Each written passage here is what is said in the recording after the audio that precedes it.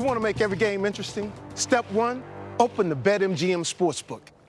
Step 2, put some skin in the game. And Step 3, showtime. FanDuel Sportsbook is offering a risk-free first bet. I could put $100 in the coin toss and get my money back if I lose. Just want to make sure you're saying on my first bet, the Caesars Sportsbook app will cover any loss up to $5,000? Yeah, Carl. That's why I released those $5,000. $5,000? You're sure about that? You've likely seen at least one of these commercials over the past few months. Sports betting is gaining attention nationwide. As it grows in popularity, more states are getting into the game, pun intended, thanks to a key Supreme Court decision in 2018 allowing wagers to be placed outside of Nevada. It's been legalized in 30 states and Washington, D.C. Additionally, mobile sports betting has been introduced in 18 states. New York, the latest to get in on the action. To discuss the betting bonanza, we want to bring in Kenny White, a.k.a. the Wizard of Odds. I love that. He's an analyst with SportsLine, which is part of CBS Interactive. So glad to see you, Kenny. Tell us, how did something that was once seen as taboo in this country really take off, not only in popularity, but also in mainstream acceptance? Well, hi, Dana, Michelle. Thanks for having me. And yes, sports betting has been around for a long, long time, obviously. The point spread was invented back in 1940 in the U.S., so it's been underground, and it has been brought above ground now. So outstanding, and so excited about it. Hallelujah.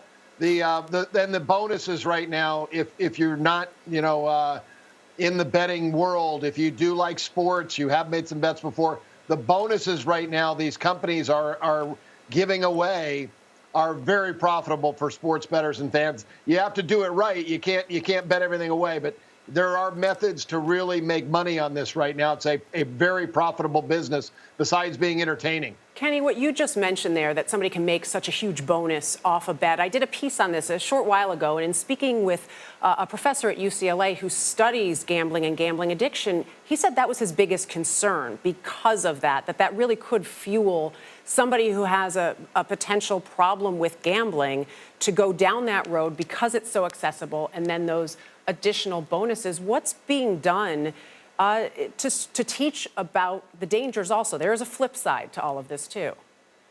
That is a great question. I've been involved in the sports betting world for over 40 years now, and I've been lucky and fortunate enough to be around a lot of great people in this business. But I've also learned that you will be surprised at this number I'm going to throw out right now. 99% of all sports bettors lose. 99% of them. Only 1% wins. That's it, of the bettors. The house is always winning. And the reason why, it all comes down to one thing: greed. Sports bettors, when they lose, they double up and they bet more and they try to get their money back. And when they win, I've heard so many sports bettors, I went 5-0 today.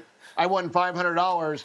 I'm going to put $1,000 on the Sunday night game. And they lose. So you're 5-1 and you end up losing $500 on the night. And that greed is the number one reason why people lose in all types of betting, obviously, and even investing in stocks. Right. You can get very greedy on a stock. Yeah, so how should you bet? Oops, should I be asking that question? I mean, don't bet above your means, yeah, right? Well, you have to have a process, and that process has to be you keep yourself under control, and you have a bankroll that you can bet with. If that bankroll is $100, you stay within that, and then you bet a certain percentage of that bankroll between 2 and 3%.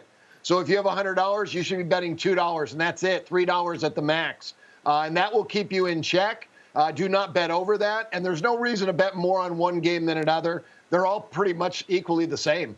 You know, Kenny, the states get money from this. They obviously get a percentage. I believe it's anywhere from 13 to 51% off the total earnings. So there's a reason for the states to get involved. But what about the industry? How is this changing sort of that landscape of what we have in gambling right now? As you mentioned, this is nothing new, gambling. It's just changing the scope of it. Yeah, they're really trying to just find even different ways to gamble on games. And you're right, with all these companies, the advertising dollars being thrown into this, all these companies are actually losing money right now because they're in a scramble for clientele. They want to bring you to their book. They want you to gamble just with them. And it's a big scramble for business right now. But that makes it very good for those that have discipline, that shop around. I always say, don't just get one mobile app. get every single mobile app you can in your state. So if you have $100, put 20 in 5 of them, and then make sure you get the best number. It's like shopping around. I've always said the ladies are better at gambling because they like to shop. And you want to shop around for the best possible number. So shop for that best point spread. And I'll give you an example, like Kansas City -7 tomorrow. If you shop, you may be able to find a -6.5. Well, you're saying that we do our research. So that's a good thing. I like that. Yeah. So about a fifth of states allow mobile betting and are more likely to join in. What has this change meant for like gamblers and sports leagues? The sports leagues, I've been in the integrity business for over 20 years now. I discovered a couple of point shaving scandals, the Toledo point shaving, and I've been involved with the NCAA and the professional sports leagues on this, and they're very serious about boosting their concerns. And as long as the leagues and the players know that there is somebody watching, we can definitely control any fraudulent activity in the arena and on the field. And that's the one thing that sports betting and the professional leagues have always had in common.